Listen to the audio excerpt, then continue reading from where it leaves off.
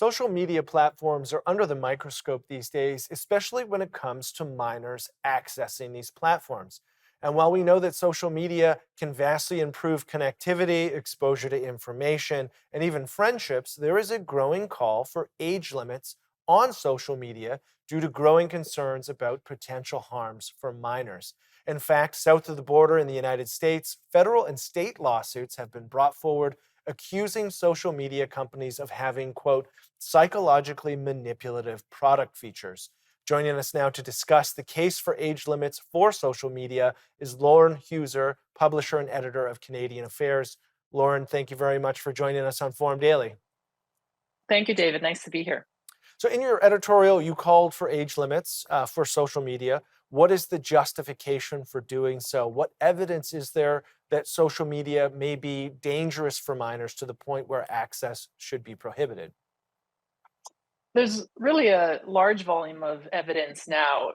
Jonathan Haidt, who's a leading researcher in this area and a professor at New York University, has aggregated the academic research looking at the connection between teen mental health and social media use. And what he and his colleagues have found is that since 2010, which is really the advent of social media and when it became ubiquitous, Mhm. is when you've started to see marked increases in mental health issues, depression and anxieties in particular, eating disorders, loneliness, self-inflicted harm. And a couple things were notable about their findings. One is that these trends are not unique to the US. They see the same trends in Canada, the UK, and elsewhere. And they also noted that the trends have not been a gradual continuation of trends that were in place in the 1990s or the early 2000s, Mhm. but rather marked in escalations. So 50% to 150% increases depending on the gender, the age, the subgroup that they were looking at, which for them suggests that this is something in the environment that kids across these different geographies are experiencing rather than other possible explanations. So I think it's clear that there is a real harm for many youth from extensive social media use.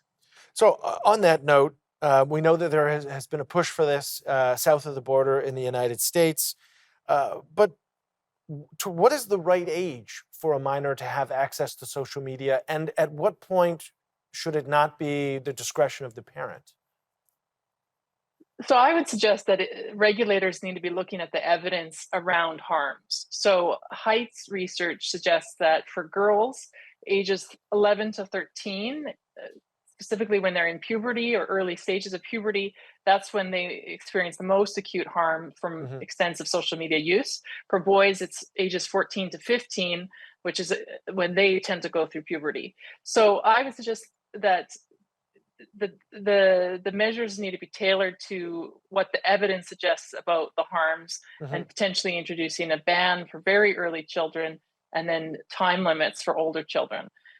I Okay. recognize that parents have an interest in what devices their kids use, and they have a say in that. But I think what you hear from parents is that they're afraid to act alone because they don't want to cut Mhm. off access for their kids. So it is a case for the government to act. And one of the issues of critics of age limits is that in order to enforce it, it requires some sort of identification method. We know that in Oklahoma, where a policy like this was pushed for, privacy activists raised concerns about minors having to provide some sort of identification. And then those social media companies essentially being the arbiter or the processor of that identification and the privacy concerns that arise from that. Is there a way to effectively balance privacy concerns and the need to protect children? I'd say that there's a need for measures both to limit how much time kids are on social media, as well as measures to limit how tech platforms can use the data of children. And the US lawsuits that you mentioned, it has claims that it claims that Meta has violated child specific privacy legislation in the US.